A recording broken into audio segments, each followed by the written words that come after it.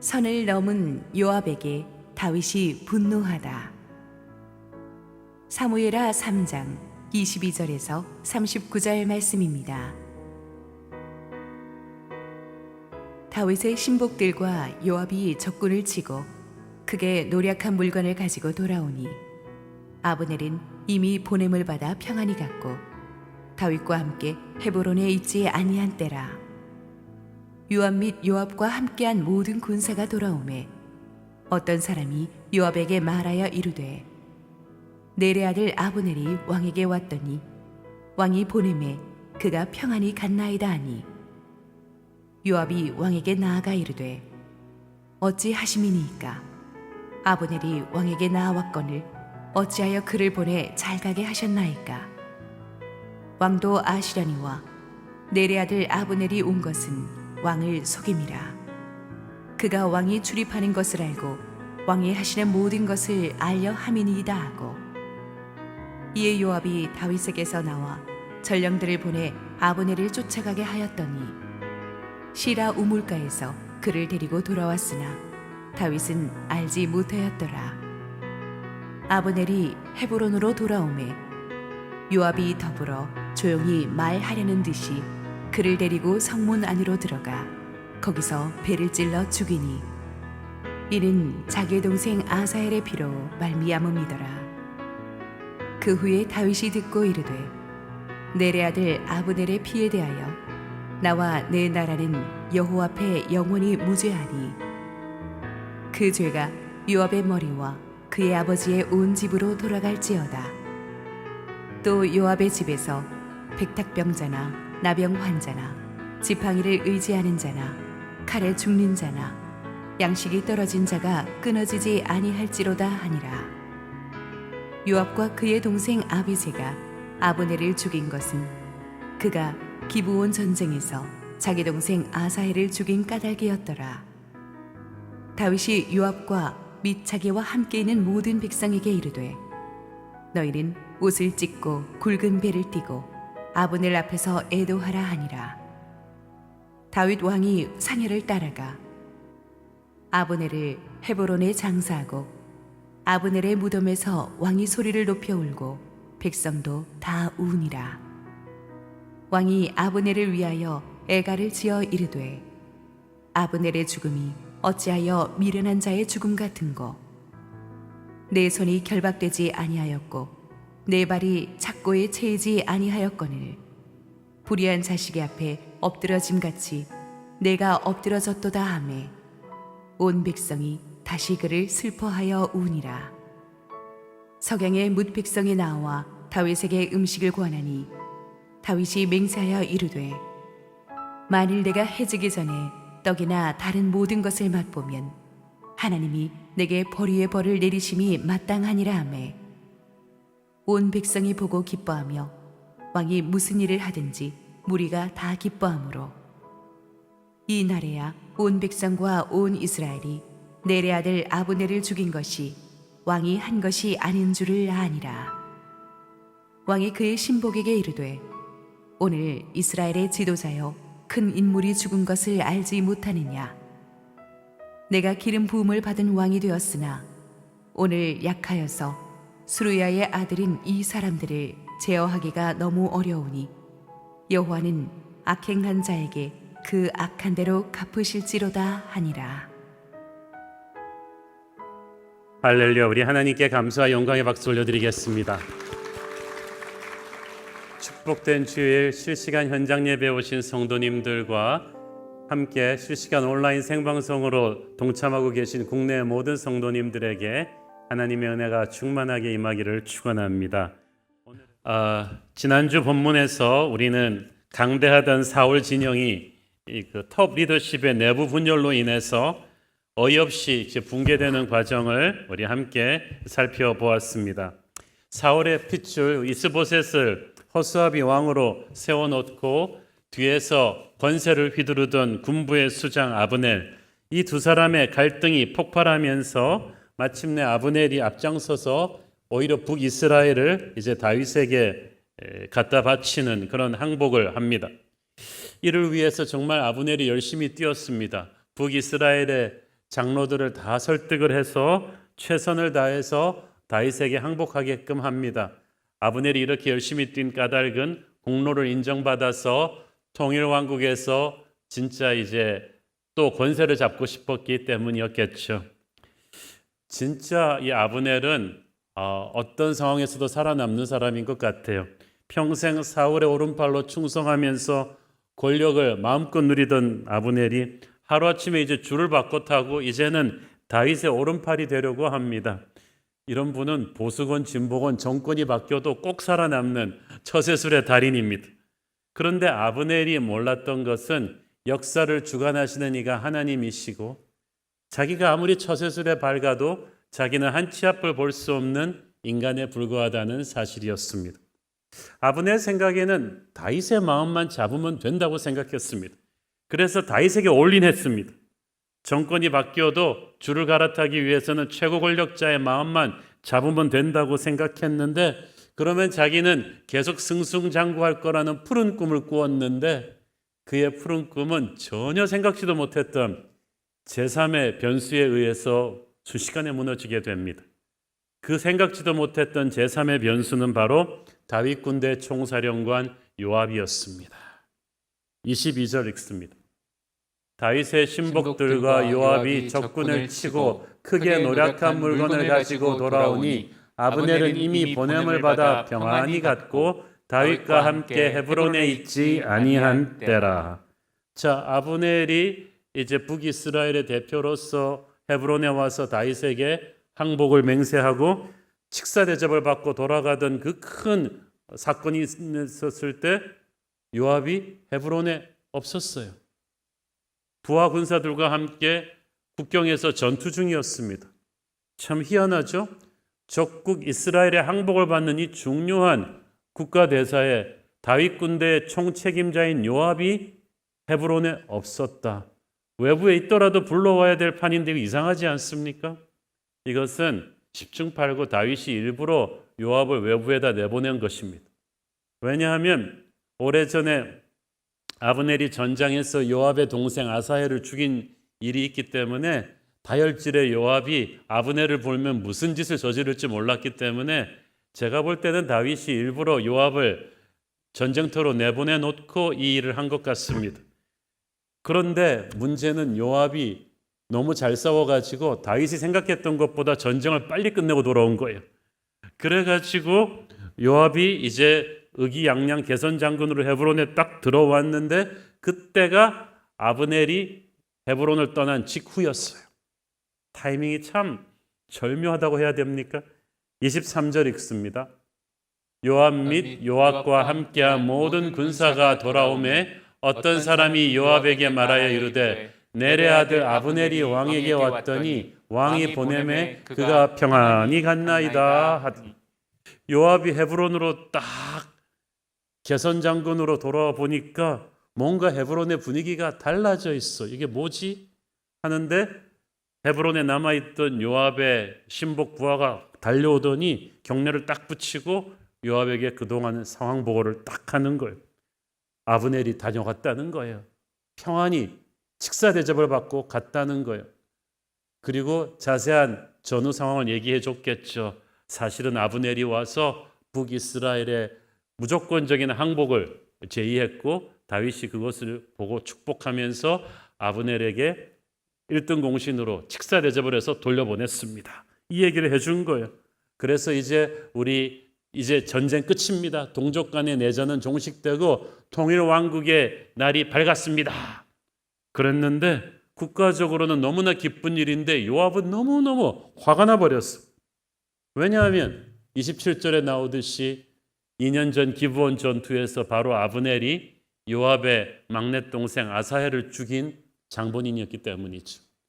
요압에게는 2명의 동생이 있었는데 다 다윗 군대의 무장이었는데 특히 막내 아사헬에 대한 사랑이 각별했던 것 같아요. 그래서 그 당시 그 기브온 전투 끝나고 밤을 도와서 군대가 회군할 때도 요압은 아사헬의 시신을 고향 베들레헴으로 가지고 가서 거기서 정중하게 장사를 지내고야 회군합니다. 그 화급을 다투는 그 군대 회군 상황에서도 그렇게 할 정도로 요압의 동생에 대한 사랑이 각별했고 반대로 그렇게 했기 때문에 이 동생을 죽인 아브넬에 대한 원한이 깊었습니다. 그런데 그 아브넬이 헤브론까지 제발로 찾아왔었고 왕한테 VIP 대접을 받고 돌아갔다고 하니까 요압이 너무 화가 났어요. 그래서 다짜고짜 왕궁으로 달려 들어가서 다윗을 만나서 격하게 항의를 합니다. 24절 25절 읽습니다. 요압이 왕에게 나아가 이르되 어찌하심이니까 아브넬이 왕에게 나왔거늘 어찌하여 그를 보내 잘 가게 하셨나이까. 왕도 하시려니와 넬의 아들 아브넬이 온 것은 왕을 속임이라. 그가 왕이 출입하는 것을 알고 왕이 하시는 모든 것을 알려 함이니이다 하고. 어떻게 아브넬을 그냥 돌려보낼 수 있습니까? 하는 거예요. 그러면서 말합니다. 또 자기 동생 죽여서 그렇다고 하기엔 좀 없어 보이잖아요. 한다는 말이 아브넬이 진짜 항복하러 왔겠냐는 거예요. 불순한 의도로 우리를 염탐하기 위해서 거짓 항복으로 온 것입니다 하는 거예요. 근데 그거는 요압이 잘못 짚은 거죠. 우리가 지난주에 자세히 살펴보았듯이 아브넬과 이스보셋 간의 내부 충돌이 있었죠. 그 상태에서 아브넬의 마음이 상한 상태에서 북이스라엘 장로들의 민심도 전황이 불리해지니까 다 다윗에게로 기울고 있었죠. 그래서 여러 가지로 이렇게 주사나를 퉁겨본 아브넬은 이왕 넘어갈 나라 자기가 먼저 앞장서서 북이스라엘을 다윗에게 갖다 바치자. 그리고 자기가 1등 공신으로 공로를 인정받으면 다윗 통일왕국에서 2인자 노릇을 할 수 있겠다는 생각을 한 거예요. 그래서 정말 아브넬이 북이스라엘이 마음을 다해서 다윗에게 항복하도록 열심히 뛰었잖아요. 그런데 지금 요압은 개인적인 분노에 사로잡혀서 이 모든 것을 없는 것처럼 아브넬이 거짓 항복을 하려 한다고 모함한 것입니다. 무엇보다도 저는요, 어전에서 감히 다윗 왕을 이렇게 무례하게 질타하는 요압의 이 거침없음에 놀랐습니다. 다윗이 누굽니까? 하나님이 기름 부으신 왕이에요. 아무리 요압이 다윗의 군대 총사령관이라고는 하나 이 요압은 다윗의 부하 신하입니다. 어찌 신하가 왕 앞으로 뛰어들어와서 다짜고짜 이렇게 왕의 결정이 잘못된 것이라고 무례하게 소리소리 지르면서 신하들 앞에서 왕을 면박 줄 수 있습니까? 이것은 그 당시 다윗 정부에서 군부의 최고 책임자였던 요압의 위세가 얼마나 대단했던가를 보여줍니다. 다윗이 북쪽의 이스보셋 같은 허수아비 왕이 아니잖아요. 골리앗을 쓰러뜨리고 수많은 전쟁을 치러낸 용맹한 장수 출신입니다. 그리고 북쪽의 이스보셋은 아브넬이라는 사람이 세웠지만 다윗은 아니에요. 하나님이 직접 기름 부어 세우신 사람이, 그것을 유다의 장로들도 인정해서 왕으로 옹립한 것이고 그것을 북이스라엘 장로들도 알고 다윗을 존경하고 있었어요. 그런데 그런 다윗 앞에서 요압이 이렇게 거침없이 무례한 표현을 한다는 것은 충격적인 일입니다. 이러한 요압의 태도에는 신하로서 왕에 대해서 마땅히 취해야 될 최소한의 예의도 없고, 이런 중요한 일은 자기와 먼저 의논해야 되지 않느냐 하는 오만함이 노골적으로 드러나 있습니다. 그뿐 아닙니다. 요압은 다윗이 뭐라고 대답할 사이도 없이 사나운 표정으로 자리를 박차고 나가버렸어요. 왜냐하면 화급을 다투어서 이 아브넬을 추격해야 됐기 때문이죠. 횡하고 나가버리는 요압의 뒷모습을 보면서 다윗은 아마 기가 찼을 것입니다. 26절 읽습니다. 이에 요압이 다윗에게서 나와 전령들을 보내 아브넬을 쫓아가게 하였더니 시라 우물가에서 그를 데리고 돌아왔으나 다윗은 알지 못하였더라. 요압이 성격이 급한 사람이죠. 바로 자기 부하들 중에서 가장 빠른 기마대를 뽑아서 이 아브넬의 뒤를 추격하게 합니다. 추격되는 시라 우물가에서 아브넬을 따라잡아서, 이 우물가는 헤브론 북쪽에 약 4km 떨어진 지점인데 사막의 여행객들이 쉬어가던, 우리나라로 말하면 공식적인 고속도로 휴게소 같은 곳이었던 모양이에요. 이름도 쉬라잖아요. 쉬라. 거기서 진짜 쉬다가 이렇게 봉변을 당했어요. 아브넬 일행은 여기서 한낮의 더위를 피하고 서늘한 저녁에 길을 떠나려고 했다가 추격대에게 따라잡혔는데 아무래도 요압의 사자들이 다윗의 이름을 팔았겠죠. 왕께서 미처 못하신 말씀이 있으십니다. 이렇게 해서 다시 데려왔겠죠. 27절 읽습니다. 아브넬이 헤브론으로 돌아오매 요압이 더불어 조용히 말하려는 듯이 그를 데리고 성문 안으로 들어가 거기서 배를 찔러 죽이니 이는 자기의 동생 아사헬의 피로 말미암음이더라. 헤브론으로 돌아온 아브넬은 성문 앞에서 자신을 맞이한 사람이 요압인 것을 보고 심장이 멎을 듯 놀랐습니다. 그렇지만 또 요압이 칼을 들고 뛰쳐나온 것도 아니고 환한 미소를 지으면서 두 팔을 벌리고 오랜 친구를 맞이하듯 따뜻하게 미소를 짓고 오니까 순간 아브넬이 생각한 것 같아요. 그래, 내가 자기 동생을 전장터에서 죽이기는 했지만은 요압도 사나이인데 전장터에서 정당한 승부를 그럴 수 없잖아. 게다가 이미 다윗 왕이 우리의 항복을 받아들였는데 요압이 어쩌겠냐. 이왕 이렇게 된 거 옛 원한을 풀고 서로 잘해보자는 뜻이겠지 하고 굉장히 긍정적으로 해석을 했어요. 그러니까 요압이 다가와서 우리가 남이가 그러면서 이렇게 아브넬을 어깨동무하듯이 끌어안고 사람들 안 보는 성문 안으로 들어가는데 아마 천하의 무장이었던 아브넬도 긴장을 푼 것 같아요. 성문 안으로 들어가면서 즉시로 요압이 품에 품었던 단도를 꺼내서 순식간에 아브넬의 배를 찔러 죽입니다. 아브넬이 전쟁터에서 잔뼈가 굵은 무사였다고는 하나 무장도 하지 않은 채로 긴장을 풀고 있었던 차라 손도 못 쓰고 즉사합니다. 성경에 보면 이는 자기의 동생 아사헬의 피로 말미암음이더라. 옛날에 아사헬을 전쟁터에서 죽일 때 아브넬이 창으로 배를 찔러 죽였잖아요. 똑같은 방법으로 복수한 거예요. 그런데 참 요압을 보면은 무사답지 못합니다. 요압의 동생 아사헬이 죽은 것은 안타깝지만 그것은 전쟁터에서 정정당당한 대결에서 일어난 일이지 결코 아브넬이 비겁하게 뒤에서 아사헬을 찌른 건 아니었어요. 여러분 기억하시죠?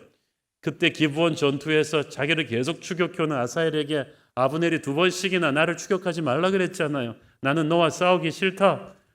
그랬는데도 아사헬이 끝까지 추격했기 때문에 뒤돌아서서 정정당당하게 싸워서 아사헬을 죽인 거예요.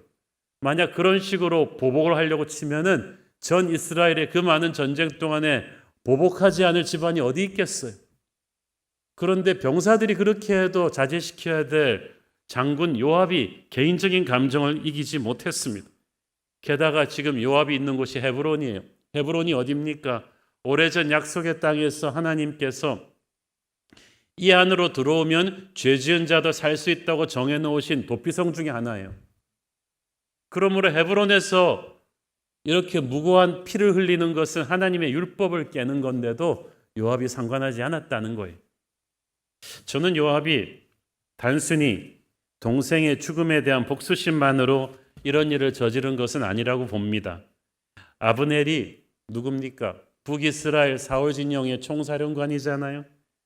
게다가 그는 이제 북이스라엘을 통째로 다윗에게 갖다 바침으로써 내전을 종식시키고 통일 왕국이 되게 하는데 기여한 1등 공신입니다.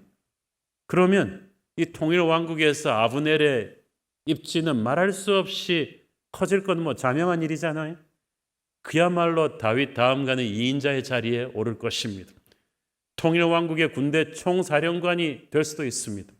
자, 2인자, 다윗의 오른팔, 군대 총사령관, 그것은 지금까지 요압의 자리였어요. 광야 시절부터 지금까지 10수년이 넘는 세월 동안 요압은 다윗의 곁을 지키면서 고픈 배를 참아가면서 빗발치는 화살을 뚫고 다윗의 군대를 이끌고 적과 싸우며 생사의 고비를 넘었습니다. 오늘날 다윗이 여기까지 이르게 한데 요압의 공이 커요. 그런데 이제 와서 전에 그토록 다윗을 핍박하고 다윗과 싸웠던 적의 총사령관 아브넬이 하루아침에 이제는 다윗에게 충성맹세하더니 다윗의 오른팔이 되겠다는 거예요. 그리고 어쩌면 요압의 위에 서서 모든 권세와 부귀를 누리겠다. 요압은 이런 현실을 받아들일 수가 없었을 거예요. 그래서 동생 아사헬에 대한 복수도 겸해서 그냥 일을 저질렀을 것입니다. 자, 다윗의 오른팔격인 군대 총사령관 요압이 무장도 하지 않고 있던 적군의 사자 아브넬을 다윗의 허락도 없이 비겁하게 암살해버린 사건은 그야말로 초대형 사고입니다. 국가적인 재앙을 불러올 수도 있는 엄청난 사고였어요. 다윗이 멘붕이 왔을 것입니다. 28절 읽습니다. 그 후에 다윗이 듣고 이르되 넬의 아들 아브넬의 피에 대하여 나와 내 나라는 여호와 앞에 영원히 무죄하니. 자, 그토록 치열한 내전을 한순간에 끝내고 평화 통일을 이루기 일보 직전에 순식간에 이 공든탑이 무너져 내릴 수 있는 사건이에요. 그래서 지금 다윗이 나와 내 나라는 여기에 상관이 없다고 딱 빨리 이거 선포한 거예요. 아브넬은 북이스라엘 군대 총사령관으로 항복 대표 사자예요. 이 항복을 가능케 하기 위해서 북이스라엘의 장로들을 많이 설득한 것도 아브넬이에요. 게다가 아직 통일이 실제로 이루어지지도 않았어요. 아직도 북이스라엘 측은 이제 그 아브넬이 다윗에게 어떤 답을 듣고 오는가를 기다리고 있어요. 과연 다윗을 믿고 자신들의 운명을 맡겨도 되는가, 이대로 항복해도 되느냐고 잔뜩 의심의 눈초리로 기다리고 있는데, 그렇기 때문에 다윗의 입장에서는 지금 말 한마디가 조심스러워요. 언론의 보도 하나가 조심스러워요. 떨어지는 낙엽도 조심해야 된다고요. 이런 예민한 시기에 딴 사람도 아닌 다윗의 오른팔경인 요압 군대 총사령관이 아브넬을 죽였다? 누가 봐도 이것은 다윗이 뒤에서 사주한 거라고 오해하지 않겠습니까?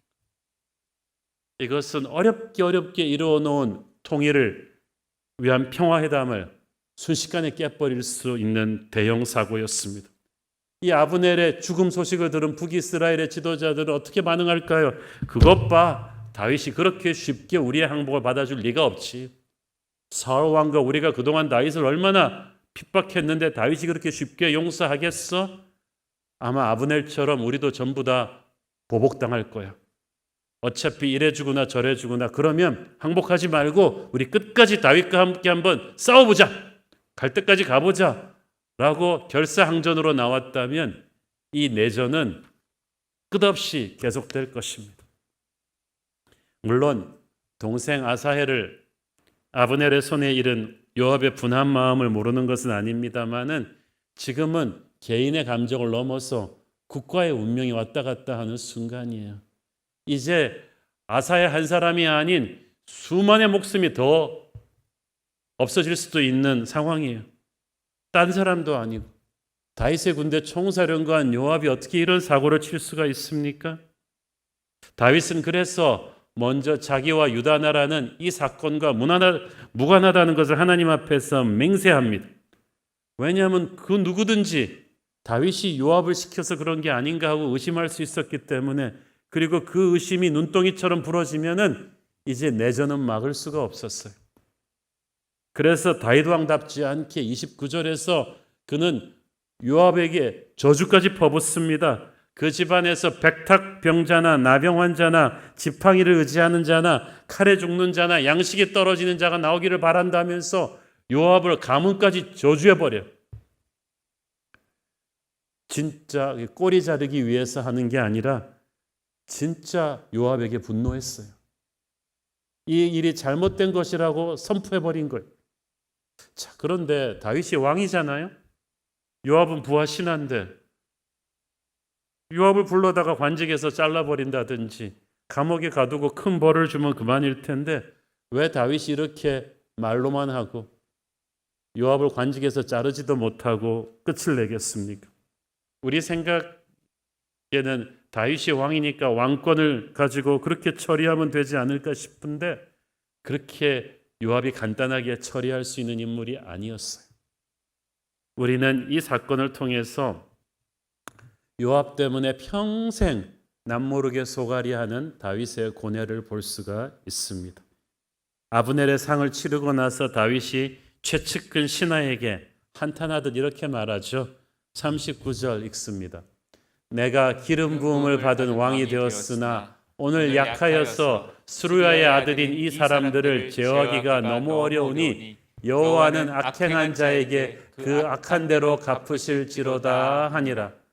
내가 하나님이 기름 부으신 왕이지만 오늘 약하다. 이 사람들을 감당하기가, 제어하기가 어렵다. 여기서 영어 성경에 보니까 they are too strong for me. 내가 감당하기에 너무 세다는 거예요. 왕인데 신하가 너무 감당하기 힘들 정도로 강하다. 아니, 천하의 다윗이 왜 이런 연약함을 보일까요? 스루야의 아들들, 스루야는 다윗의 이복 여동생입니다. 그러므로 요압과 아비세, 아살 이 형제들이 다윗의 그러니까 생질, 조카들이라고 봐야죠. 그래서 그 요압은 광야 시절부터 다윗과 함께 생사고락을 함께 했습니다. 무예도 뛰어나고 리더십도 있어서 다윗 군대의 총사령관이 되었습니다. 그게 문제였어요. 우리를 가장 힘들게 하는 사람이 멀리 있는 적이 아니라 오히려 우리와 생사고락을 함께한 동료인 경우가 있고요. 처음에는 우리를 가장 많이 도와준 사람일 수도 있어요. 우리를 많이 도와준 걸 자기도 알기 때문에 꼭 자기는 이 정도 대우는 받아야 된다는 생각을 하고 있는 사람이. 그래서 우리를 함부로 대해요. 요압은 뛰어난 군인이었지만 매우 충동적인 성격의 사람이었습니다. 특히 광야 시절부터 다윗 곁을 지켰기 때문에 자기만이 다윗의 부동의 오른팔이어야 한다는 자부심이 강했습니다. 그래서 누구든지 자기보다 더 다윗 왕에게 신임받는 사람이 있으면 철저하게 그를 제거해가지고 왕의 총애를 독차지하려는 성격적인 장애가 있었던 것 같습니다. 이번에는 아브넬을 죽이죠. 오랜 세월이 지난 뒤에 요압은 다윗의 또 다른 조카 아마사를 다윗이 군대 장관에 임명하니까요. 질투해갖고 아마사를 죽여버려요. 정말 무서운 사람입니다. 자, 어쨌든 그렇지만 다윗의 군대를 광야 시절부터 근 10여 년이 넘도록 요압 형제가 총지휘해 왔습니다. 그래서 이미 군대 내에서는 요압을 중심으로 그 군부 세력이 아주 단단하게 형성되어 있었던 거죠. 훗날 밧세바의 남편 장군 우리야도 요압에 대해서 뭐라고 하면 나의 죽은 이시여. 그럴 정도로 장수들의 요압에 대한 충성은 절대적이었습니다. 그러니까 여러분 보세요. 왕궁에서는 다윗이 왕인데 군대 조직 내에서는 요압이 왕이에요. 요압은 철저하게 군대를 자기 마인드로 뭉쳐놓았습니다. 다윗이 아무리 왕이라고는 하나 이런 사람을 어떻게 함부로 제거하겠습니까? 뿐만 아니라 아직 북이스라엘과의 통일이 완전히 이루어지지 않은 상태입니다. 또 통일이 이루어진 뒤에도 블레셋을 비롯한 수많은 이방 민족들과의 크고 작은 전쟁이 줄지어서 기다리고 있는데 이런 과도기에는요. 군의 리더십을 흐트러뜨릴 수 없어요. 요압 같은 강력한 리더십 밑에서 군이 일심동체가 되어서 싸워주어야만 건국하는 나라가 자리를 잡을 수가 있다는 거예요. 한마디로 요압은 다윗에게 있어서 필요 악과도 같은 사람이었습니다. 그렇기 때문에 그 거센 성미로 오늘처럼 선을 넘어서 왕의 권위에 도전하기도 하고 대형 사고도 쳤지만 함부로 그를 제거할 수 없는 그런 입장이었습니다. 다윗이 얼마나 마음고생이 심했겠어요. 이것이 바로 지도자의 입장입니다. 자기 마음 같아선 제거하고 싶고 사람을 바꾸고도 싶지만 그렇게 못하는 거예요. 그래서 스루야의 아들들을 제어하기가 너무 어렵다. 내가 왕이지만 하면서 고뇌를 토로한 것입니다. 요압은 감히 어전에 들어와서 왕의 결정을 공공연히 비난하고 야단치는 무례를 범했습니다.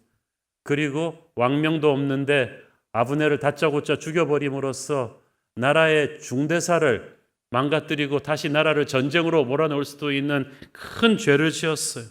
그러니까 신하로서 넘지 말아야 될 선을 한참 넘은 셈인데도 다른 사람 같으면 당장 처벌했을 중죄죠. 요압이기 때문에 다윗은 참고 넘깁니다. 참고 넘기는 정도가 아니라 얼마 후에 통일왕국의 군대 장관으로 요압을 앉힙니다. 징계를 줘야 되는데 출세를 시켰어. 얼마나 다윗의 가슴이 힘들었겠습니까? 왜냐하면 과도기 군부를 이끄는 데 있어서 그 정도 능력이나 영향력이 있는 사람이 없었기 때문에 이런 거치고 무례한 사람인 걸 알면서도 요압을 세워야만 했어요. 다윗이 마음속에 스트레스가 많았을 것입니다.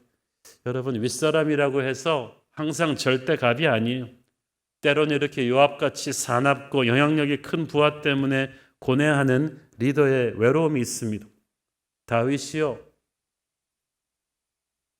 지금부터 자기 죽을 때까지 35년이 넘도록 요압을 자르지 못하고 남모르는 소가리를 하면서 그를 품습니다.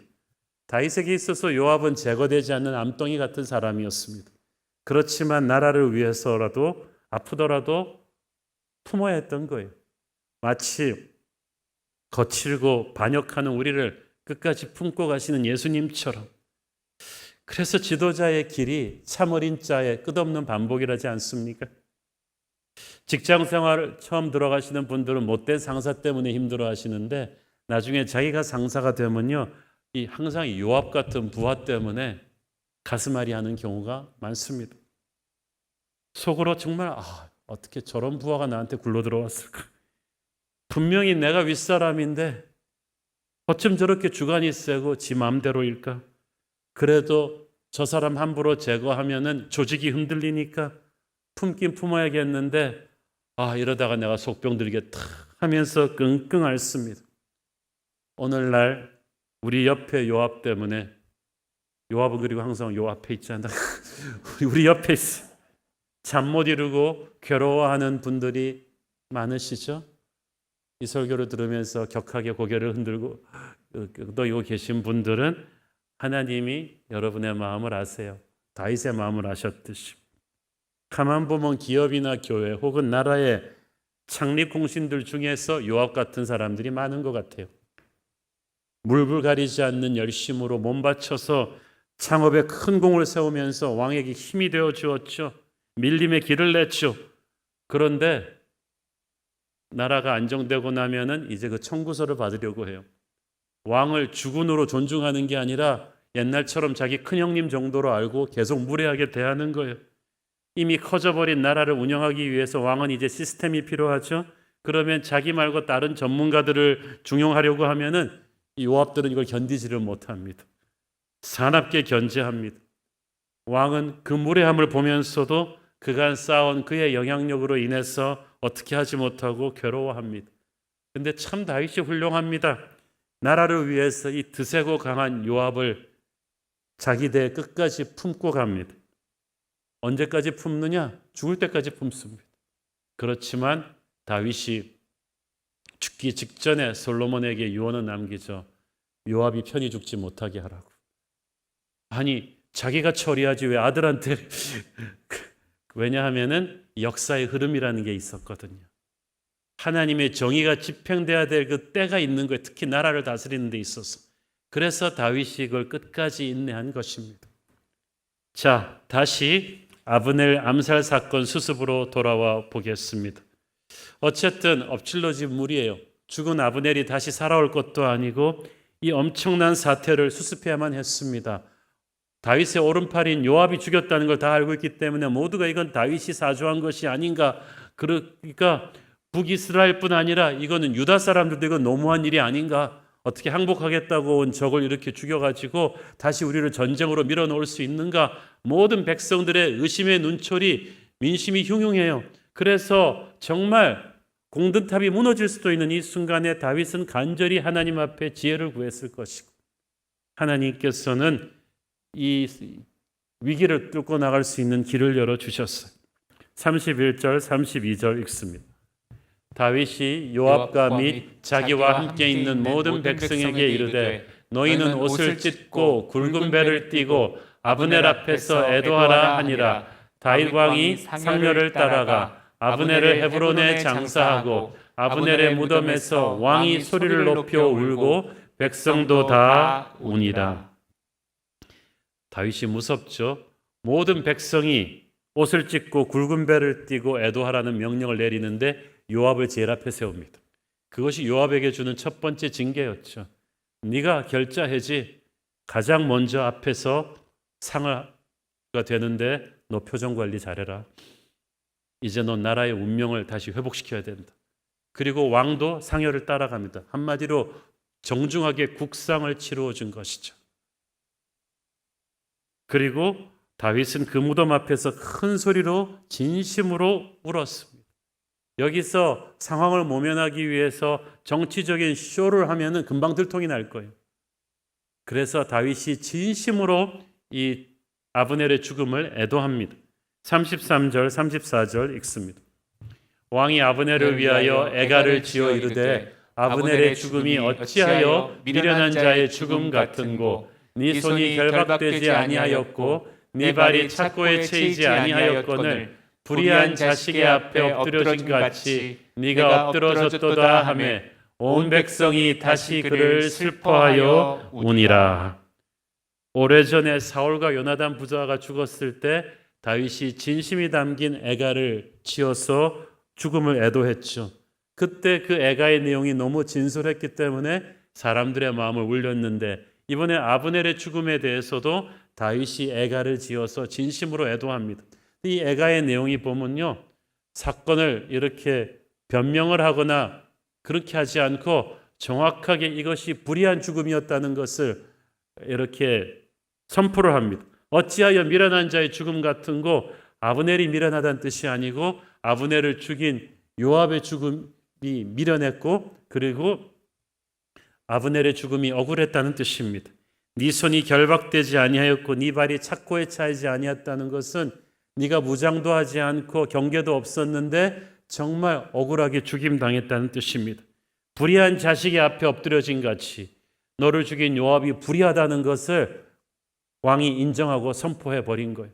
이것은 단순한 꼬리 자르기가 아니라 왕의 허락도 없이 이 일을 저지른 요압으로 하여금 회개하라는 거예요.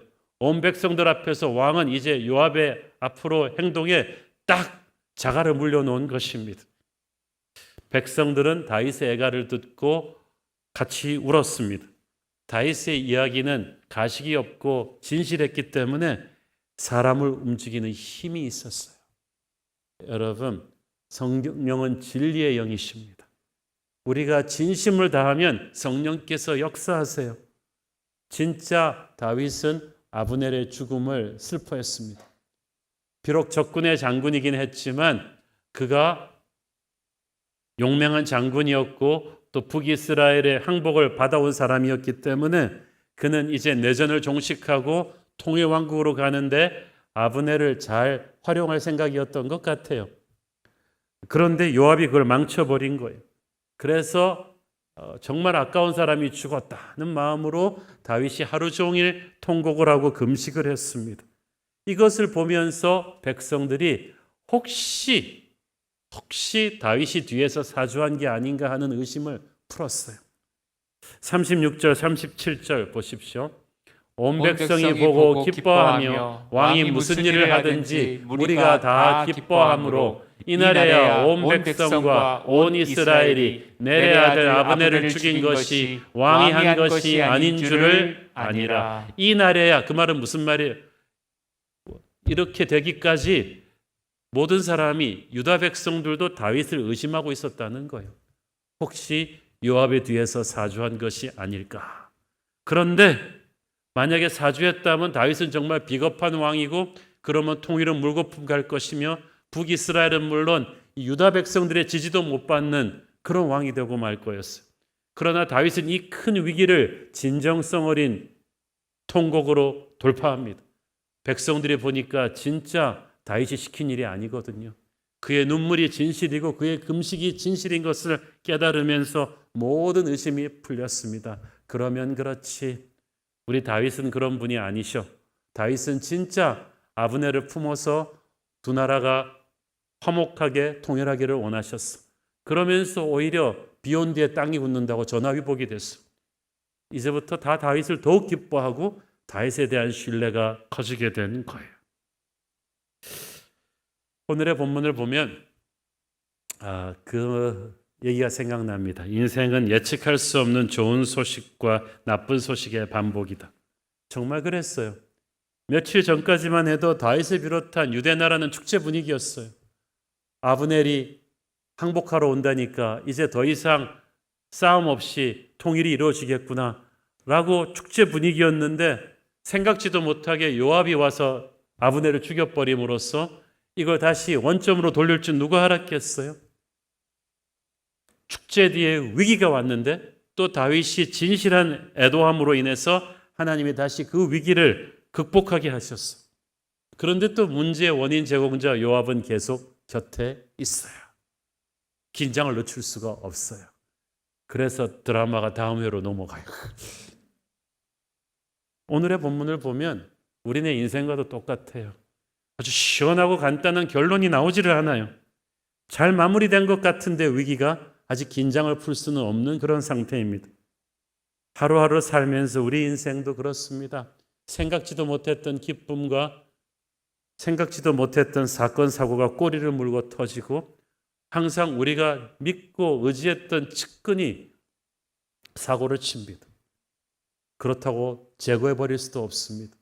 그래서 우리 인생은 잘 된다고 교만할 수가 없고 못 된다고 절망할 수도 없고 한 인간을 너무 믿어서도 안 되는 그런 것입니다. 다윗은 정말 날마다 아슬아슬한 다리를 건너가는 것 같은 느낌이었을 텐데 늘 주님을 의지하면서 이 모든 상황에서 승리합니다. 저와 여러분도 그렇게 주님 손잡고 승리하기를 축원합니다. 기도하겠습니다. 주님 은혜를 감사합니다. 오늘 선을 넘은 요압에게 분노하는 다윗의 모습을 보면서 우리네 인생 정말 뜻하지 않은 놀라고 힘든 일들에 일일이 반응할 수 없음을 깨닫습니다. 오직 주님의 은혜를 의지합니다. 주님만 바라보며 승리하게 하옵소서. 예수님 이름으로 기도했습니다. 아멘.